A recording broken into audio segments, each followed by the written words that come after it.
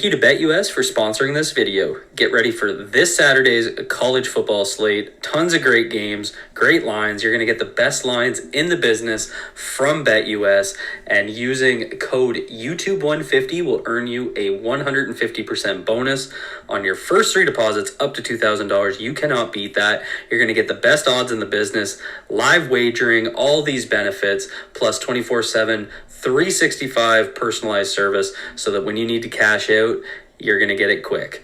Go click the link down below, use code YouTube150, and go make yourselves some money.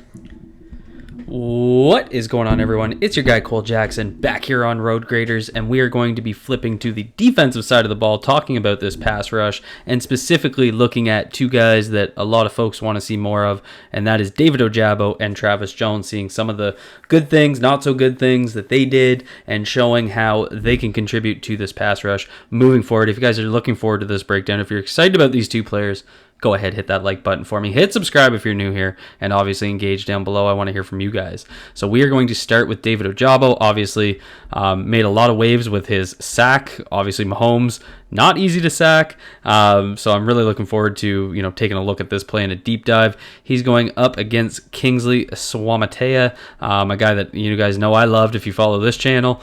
So let's run it through, and then we'll come back, break it down. So snap goes. And, I mean, that's just straight speed rush by David OJABO, and even still couldn't get Mahomes to the damn ground.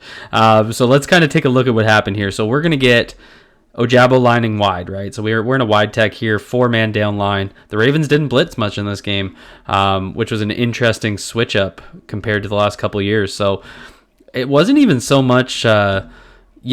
quick burst. You actually see OJABO's not even first off the ball. Originally on broadcast, that's what I thought. But what he does so well is this little fake chop. So he's going to basically fake chop with his inside hand. So we want to watch this arm, and he's going to kind of go up and down with it. And it's going to get this outside hand of the left tackle's moving. So right there.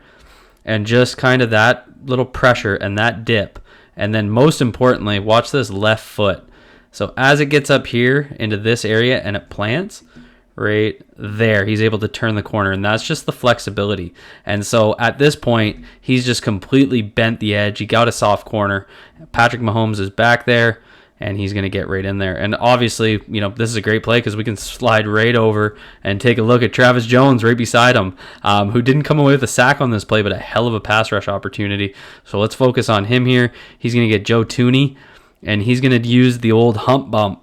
So he's going to use this outside arm, and no, I'm not kidding, that's what it's called. And he's going to wrap it behind his back. So he's going to actually attack up and not through the armpit. He's going to go up through it and basically get his hip on Tooney's hip. So right there you see it.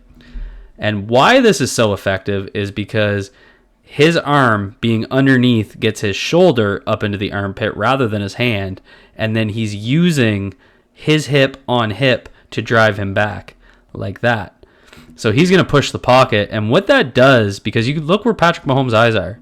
So as that pocket's starting to collapse, he can't really just get rid of the ball. So he's kind of hesitating even before OJABO gets there. OJABO cleans it up, but Travis Jones doing a lot on this play.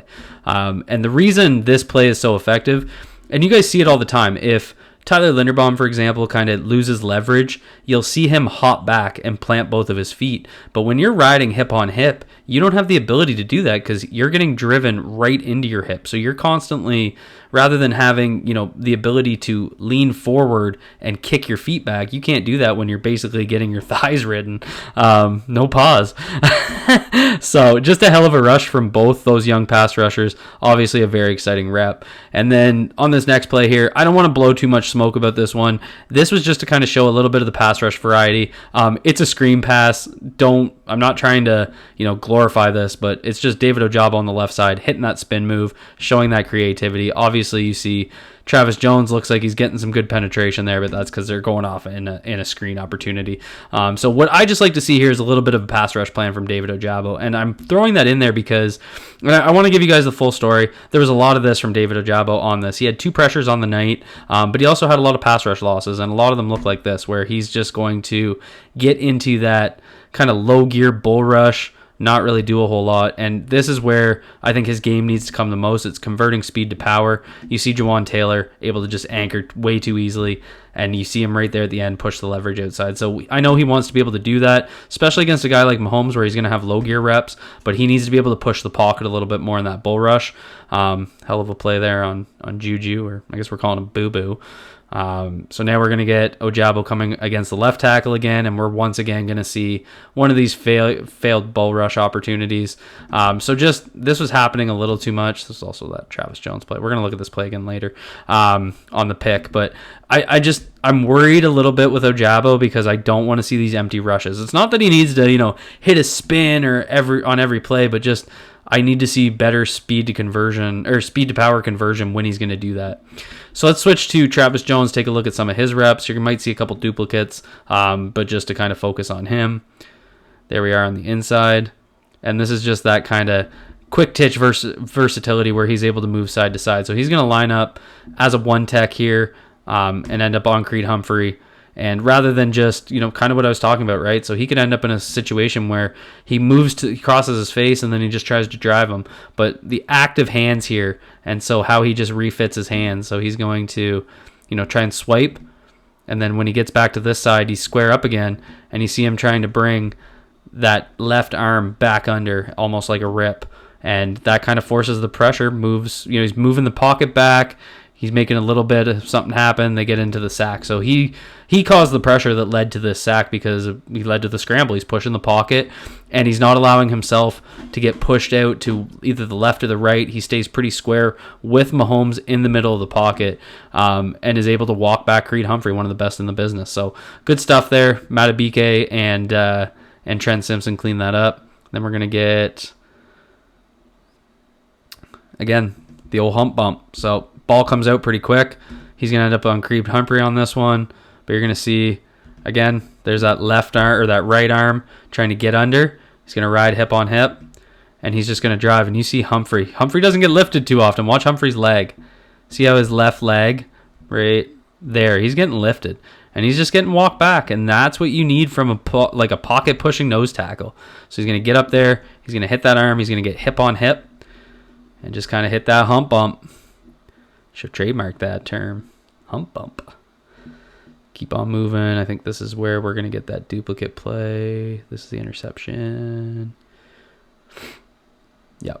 So, obviously, Roquan interception we love to see, but let's see. Again, going against Creed Humphrey, one of the best in the business. He's going to take a little bit of a pass off there from Joe Thuney. He ends up square, and he's just going to out-leverage. You see those hands right in there. Creed Humphreys are kind of bent out with his elbows. Travis has that inside leverage, and he's just going to drive him, and this is what he did so well, and he gets his hands right on him. Obviously, Matabike coming in as well, and that leads to the off-platform throw, and a little bit of a bump on the throw leads to the Roquan interception. So this is just, that's 3 reps we've worked at where he's just walking guys back in the pocket and being that disruptive force, even though he's not, necessarily making a play. But this is the type of stuff where if Travis Jones is able to do this consistently, because what he has beside him is 92, and 92 is going to draw a lot of attention from opposing offensive lines. So he's either going to draw a double, which is going to create a one-on-one here for Matabike on the inside, or Matabike is going to draw the double, and Travis Jones needs to be able to consistently push the pocket. When you have 2 defensive tackles that are able to do that, you're in a good place. So here he's going to draw Joe Thuney and Creed Humphrey, and again, just getting in there and creating that leverage. And that's what he's doing so much better this year. Consistently right there, driving Creed Humphrey. That's 4 reps. We've looked 3 reps. 3 reps against Creed Humphrey tonight, 1 against Joe Thuney. Probably the best center guard duo in the league, and just driving him back. So you love to see it. Obviously, the ball's coming out quick there, so it's not a pressure event, but that is a pass rush win for Justin Matabike. So, I'm seeing a lot on this film from the 2 of them. That's exciting. Obviously, we saw Odafe Owe, have a clear win and then miss the sack, and he's kind of known for bringing pressures and not being able to get sacks. David OJABO so far has been the opposite, where he's not getting consistent pressure, but he's getting those sacks when he gets to them. So it does create that interesting proposition where if you're getting consistent pressure from one side, but you have a guy on the other side that can clean up, that can be very effective for your defense. And just what I want to see from David OJABO moving forward, more creative pass rush plan, making sure we're not having some of those empty rushes. For Travis Jones, keep doing your thing. Really, like what I'm seeing in terms of development, his ability to drive guys, his ability to create that pressure, beat centers, create one-on-ones for Matabike when he gets one-on-ones himself, be able to win those. I think that's going to make a huge difference as this year goes on. And that's without factoring in what they can do with these linebackers on blitz packages. I think that's something they didn't do against Mahomes because you never want to blitz Mahomes. And they were getting decent pressure with a four-man rush. Mahomes was pressured on 31% of his dropbacks. To compare, Lamar was only 29%. So similar pressure rates. It's pretty much the exact same in terms of total rate. Both teams used a lot of quick stuff, so that obviously negates pressures, but we saw a lot of pass rush wins. So I'm very excited about these two players.